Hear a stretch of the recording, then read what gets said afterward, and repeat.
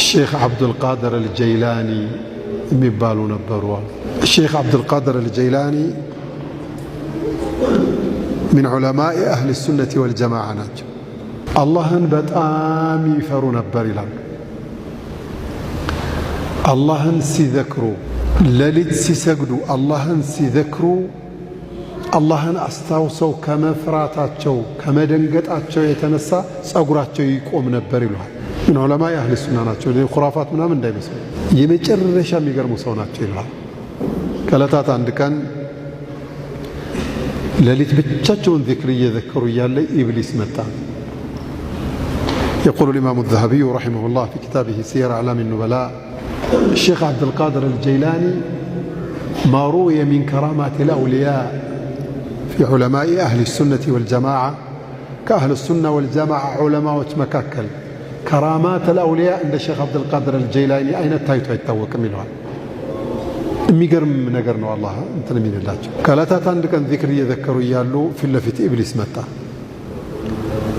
እሷም መጣጡ አየሩን ሙሉ ሞልቶ ነው የመጣው።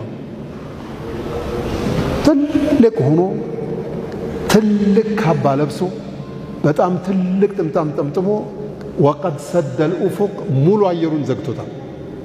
አንተ እዚህ ቁጭ ብለህ ቤቱ ሳይሆን ውጭ ሆነ ቀና ስትል ሙሉ አየሩን ዘግቶታል። ኑር የመሰለ ነገር ለብሷል።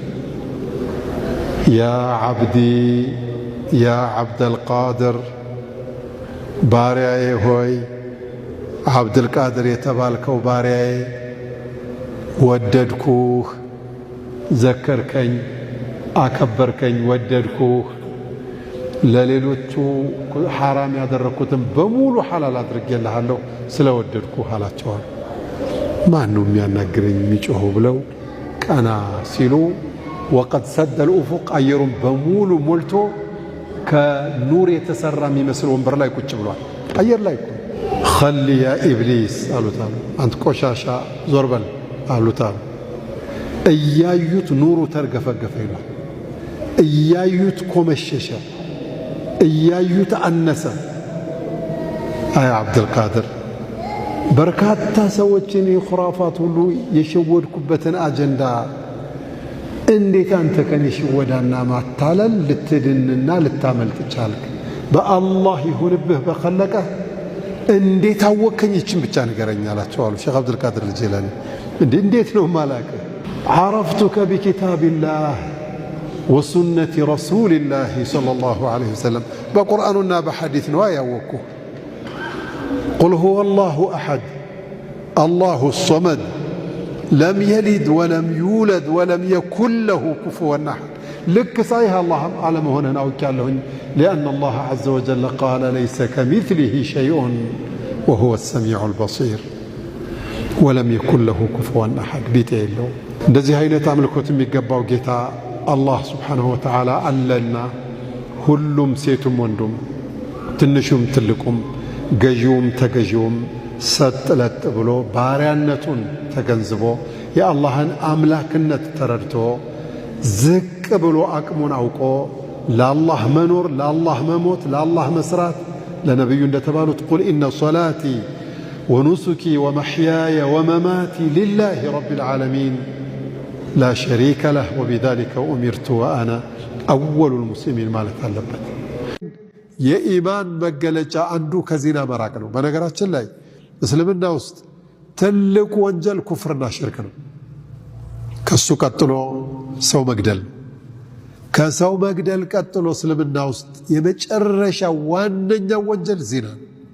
ዚና ማለት ያልተፈቀደለት የግብረ ሥጋ ግንኙነት ማድረግ ማለት ነው፣ ሐላል ያልሆነ። ይሄ አንደኛ መተው የሚቻል ነገር ነው። እንደው መቼም ነው ሸይጣን ወስሶ መቼም ስለሚረፍቅ ነው እንጂ መተው የሚቻል ነገር ነው።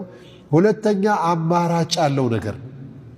ግን አላህ የረገመው ሰው ከዚና ውጭ አይመቸው።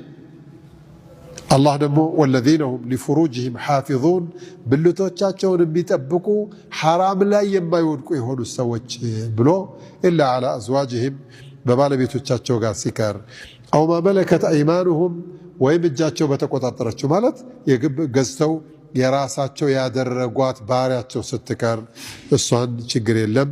ፈኢነሁም ገይሩ መሉሚን እነሱ ተወቃሾች አይደሉም ብለዋል።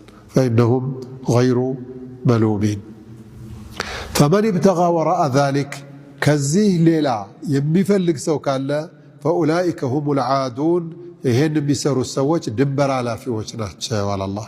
ይችን አያት ተንተርሰው ذهب كثير من العلماء جمهور العلماء ብልትን በእጅ በመነካካት ወይም ደግሞ የግብረ ስጋ ግንኙነት ስሜት ሊያመጣ የሚችል ነገሮችን በማድረግ ከግብረ ስጋ ግንኙነት ውጭ በሆነ የዘር ፈሳሽን ማውጣት የዚና አካል ነው። ደሊላቸው ፈመን ብተጋ ወራአ ዛሊክ ፈኡላኢከ ሁሙል ዓዱን ከጋብቻ ውጭ በሆነ መንገድ የፈለገ ሰው ድንበር አላፊ የሚባለው እሱ ነው የሚለው አያት እስቲምናእ የሚባለውን ወይም ደግሞ በእጅ ነካክቶ የዘር ፈሳሽ ማውጣትም ሐራም ነው የሚለው ደሊላቸው የጅምሁሮቹ ይሄ ነው። ወለዚነ ሁም እነሱ ናቸው ሊአማናትህም የተጣለባቸውን ኃላፊነት ወዓህድህም የገቡትን ቃል ኪዳን ራዑን የሚጠብቁ ናቸው አለ አላህ። አማና መጠበቅ እንግዲህ ከባድ ናት። ከአማና